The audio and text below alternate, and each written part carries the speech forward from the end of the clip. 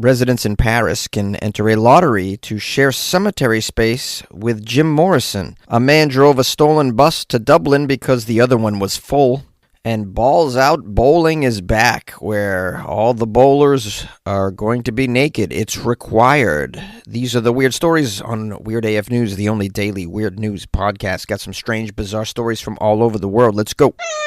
Residents of Paris can enter a lottery to share some cemetery space with a legendary rocker by the name of Jim Morrison. Very cool, very hip. The city of Paris just announced a lottery with a bit of a twist. Instead of giving out a cash prize, entrants can instead win the chance to be buried in one of the French capital's most celebrated cemeteries. The unusual plan aims to restore tombs that have fallen into disrepair over the years, while also giving Paris residents a rare opportunity to secure one of the sought-after plots. Now, it says cemeteries within the city walls of Paris have been almost full since the beginning of the 20th century. But now, winners of the lottery will be granted the opportunity to buy and restore one of 30 tombs in 3 different cemeteries, with City Hall agreeing to lease the corresponding burial plot to those who meet certain standards. Oh, I had no idea all the cemeteries in Paris were full. It kind of makes sense. There's not a lot of land there, and Paris doesn't really build up. In fact, I think there's regulations saying that no building can be higher than the Eiffel Tower. Is that true? Can anyone corroborate this myth that I've heard? The other question I have is if the residents can't be buried in the cemeteries within Paris, where are they buried? Where are they taking all these bodies? Is there just like an adjacent city that's just one giant cemetery? I got a lot of questions about this Parisian cemetery rigmarole. We got a quote here now from the City Hall of Paris. There's no person. It just says, City Hall said, quote, "In recent decades, cemetery visitors throughout France have expressed an interest in restoring historic funerary monument in order to obtain a burial plot concession in return. However, giving them a chance to do so has been complicated by the laws governing the land on which a tomb..." Is this working for you? I'm going to get off this French accent because I don't think it's working. I mean, it's a lot of fun to jump through those hoops, but I'm not really very good at this accent, let's be real. The only phrase I'm totally comfortable saying in a French accent is a line from a Monty Python movie. "I blow a fart in your general direction." Okay, so basically City Hall says they haven't been able to give anybody a chance to restore historic funerary monuments, meaning take over a burial plot in the city because of complications with the laws governing the land on which a tomb is located, owned by the state, and concessions under which a family rents the plot for a defined period of time, etc. So it sounds like there's just too much paperwork to get a cemetery plot within Paris. And, you got to get these things rather quickly when you got a dead body on your hands. You can't be fussing about with paperwork and meetings with local town surveyors and whatnot. And now, apparently, though, City Hall has found what they hope is a solution. They have 10 plots up for grabs in Père-Lachaise Cemetery. This is the famous cemetery, probably the most famous cemetery in the world, because the Doors singer Jim Morrison is buried there, along with Oscar Wilde, the famous playwright, singer Edith Piaf. Isn't Jimi Hendrix buried here as well? I could be wrong on that. Don't quote me on that. I know you guys are always quoting me, so don't quote me directly. I don't want to have to answer to the fax police. It says there's also 10 plots available in Montparnasse Cemetery, which is home to writers Jean-Paul Sartre, Simone de Beauvoir, Susan Sontag, as well as 10 more in Montmartre Cemetery, where painter Edgar Degas, author Émile Zola, and dancer Vaslav Nijinsky are all buried. So many famous people buried in Paris. Now, if you win this lottery, you'll be able to purchase an existing tomb. And the cost is $4,600 USD. And you will also have to pay for the restoration costs of the tomb. Once the renovations are completed, you will then be able to buy a lease for the plot, the cost of which starts at $1,120 for a 10-year contract and then increases to $20,000 for the right to rest there in perpetuity. Wow, this is quite expensive. Is this the most expensive cemetery in the world? I'm curious. We have a cemetery in Los Angeles called the Hollywood Cemetery. There's some famous people in there like Marilyn Monroe. I imagine it's expensive to be buried in there as well. think Frank Sinatra's in there. No, Frank Sinatra is in Palm Springs. I've actually been to his grave before. All right, I just looked that up on the webs. It says there's no single, quote, most expensive cemetery in the world, as costs vary based on location, plot type, and specific amenities. But the most expensive final resting places include private mausoleums in historic cemeteries such as Woodlawn Cemetery in New York, up to $3.5 million, or luxury plots in places like La Rocleta Cemetery in Argentina, around $100,000. They also mention Kensico Cemetery in Valhalla, New York. A plot can cost up to $450,000, and a mausoleum can cost nearly $1 million. Some other expensive final resting places in the world are the San Diego Hills Cemetery in Indonesia, the Westminster Abbey in London. It says, well, that's not a traditional cemetery. It has numerous tombs of famous people, and the cost of a burial plot is very high. And then the last one they mention is Père-Lachaise Cemetery, the one in Paris, which currently there are 10 available plots, it would seem. One of which obviously happens to be near the Lizard King, Jim Morrison himself, Mr. Mojo Rising. Mr. Mojo Rising. Mr. Mojo Rising. Question. Would you want to be buried next to Jim Morrison? Have you seen how they deface his grave spot?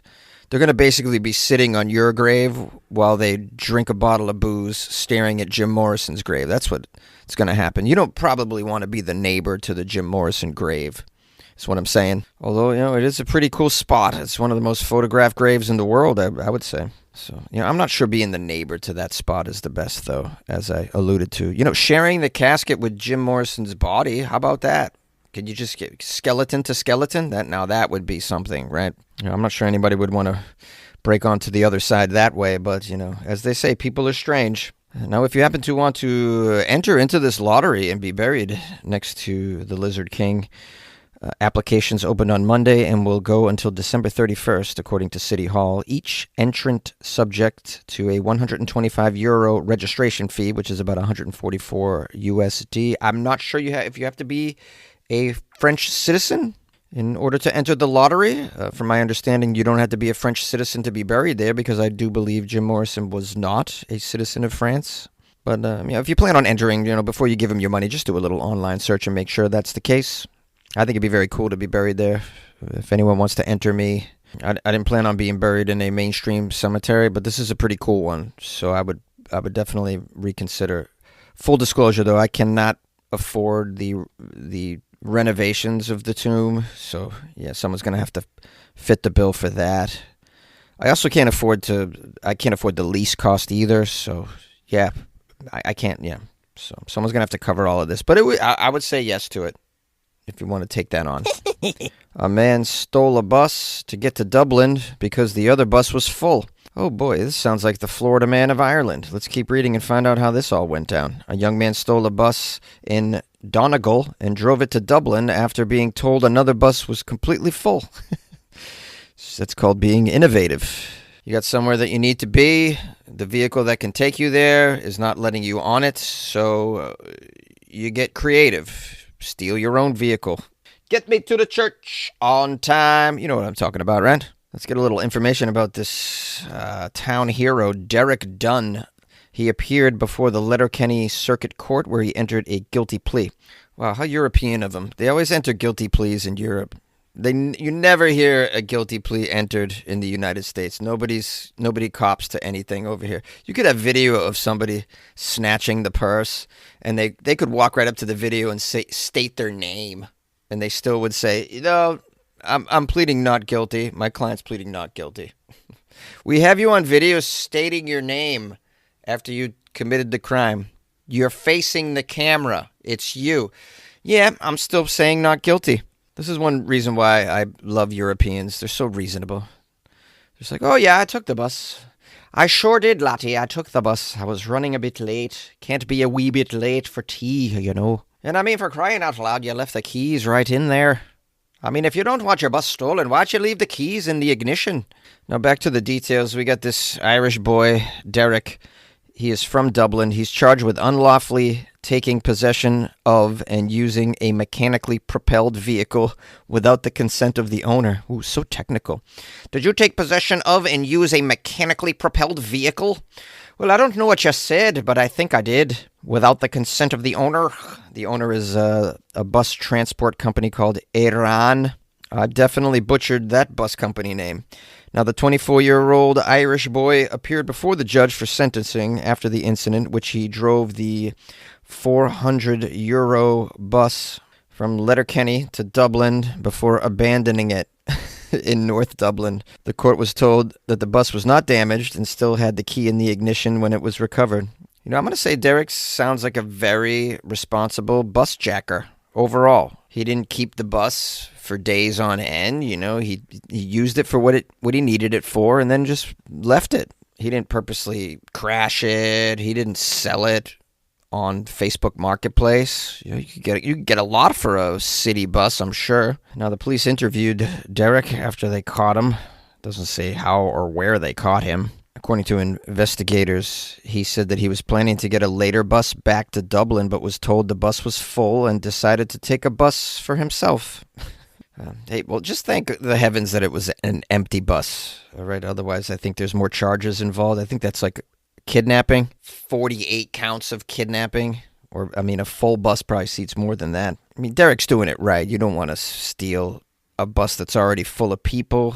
You have to make all those stops for the passengers. That's annoying. It just slows you down on your way to your destination. And, I imagine you got passengers asking questions like, why are you driving so fast, bus driver? And why are you wearing Crocs and vaping? Guys, I don't think this is a real bus driver. As for the punishment for this, it says because Derek's only previous conviction is for speeding and that he was completely cooperative with the investigators and entered an early plea, it merited a reduction of his sentence to between 1 and 18 months in prison only, which I think is reasonable, I suppose. I don't know what the sentence is typically for stealing a giant public bus.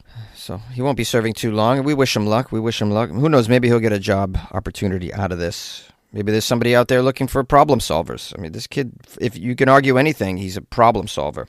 This is the sort of creative problem solving we love here at such and such company. You're hired, sir. Can you see that happening for Derek?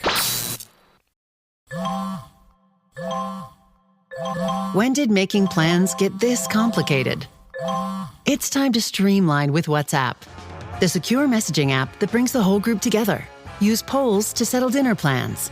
Send event invites and pin messages so no one forgets Mom's 60th. And never miss a meme or milestone. All protected with end-to-end encryption. It's time for WhatsApp. Message privately with everyone. Learn more at whatsapp.com. Balls Out Bowling is happening. You want to bowl in the buff? Well, if you want to attend this event, bowling in the naked is required. This story is out of Pittsburgh, Pennsylvania. The Pittsburgh area naturists are hosting Balls Out Bowling, which is a nude bowling event. Nudity is required for all the bowling participants, though women may wear bottoms if they prefer. The event is inclusive of all genders, sexualities, and body types, of course. Guests must bring a towel to sit on and a bag of personal items. Well, what personal items do we have to bring? How about a blindfold? That's what I'm bringing, because I wouldn't want to see the bodies of naturists. I don't know if you've seen naturists, but they don't have they don't have bodies that should be unclothed for very long, in my opinion. Yeah, they're not very easy on the eyes. Yet for whatever reason, they want to show us. They just want to show us all those rolls and hairs. Good touch on the towel, by the way. That's good that they're requiring you to bring a towel because you don't want to be sitting naked on those bowling seats. I'd be concerned that I might catch something if I'm sitting naked on those plastic bowling seats. And I'd be concerned just as an overall customer, a normal customer of the joint, if there were naked people sitting on those seats without a towel. All right, let me get back to the details of this event. I'm going to give you as much as you can handle. Maybe some of you want to attend that live in the Pittsburgh area. I got some questions. Question 1, can you still wear socks? Right? There's not going to be any raw dogging of those dirty bowling shoes, are there? I don't want to think that that's going on. Nobody's winning if you're raw dogging the bowling shoes. My other question is there going to be some special security for this event, the Bowling in the Buff event? I think you need a special security guard whose sole job is to tell certain men not to stick their penises into holes, places, and spaces at the bowling alley that all of us are going to eventually use when we go back to the bowling alley. Right? I think you know what I'm talking about. That's not for washing those balls, Marvin. And my other question is granny-style bowling going to be banned because of it might assault people visually? Are we all aware of granny-style bowling?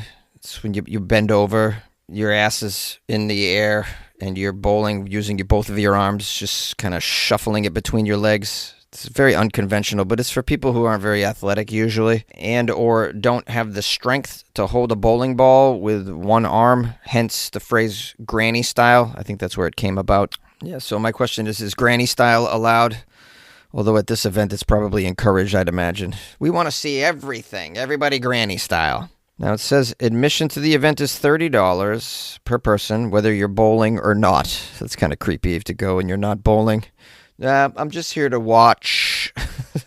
Come on, granny style. This fee includes 4 hours of unlimited bowling and a shoe rental. $30 for unlimited bowling for 4 hours? What a deal. This is a steal. Amazing. Last time I went bowling, it was like $30 for 1 hour. This sounds incredible. It says the event will be closed to the public during the naked bowling event, and staff members will be stationed at the entrance to check tickets. The facility is BYOB. Participants may bring their own beer, wine, or liquor. Wow, this sounds like a great time. It's $30 for 4 hours of bowling. BYOB. Tremendous, tremendous. I mean, just this deal alone, I would consider subjecting myself to 4 hours of the worst naked bodies I probably could ever lay my eyes on.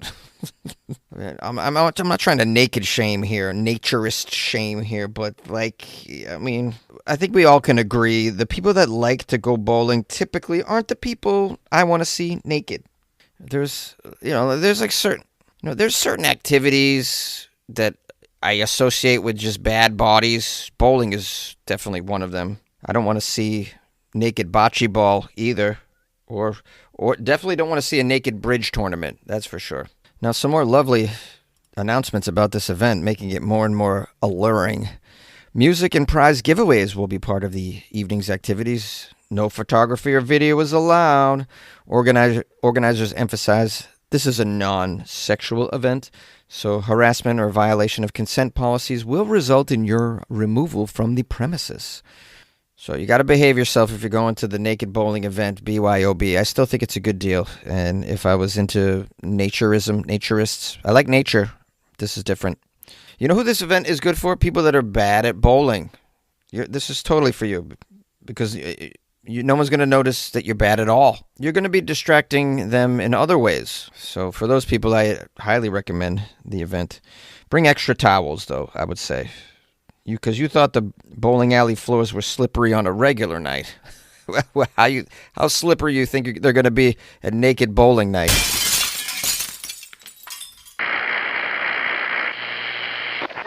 Hello, my friends and my loyal listeners of the Weird AF News podcast. Thank you so much for spending some time with me. I appreciate that. I hope you had a nice weekend and enjoyed that Florida Friday episode. I thought it was a bit of a doozy, if I do spray so myself.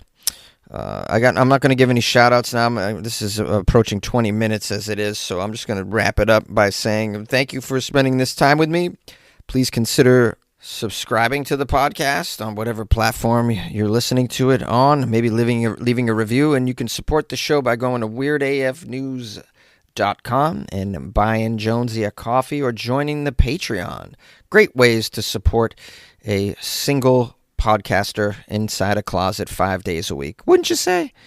I know you would.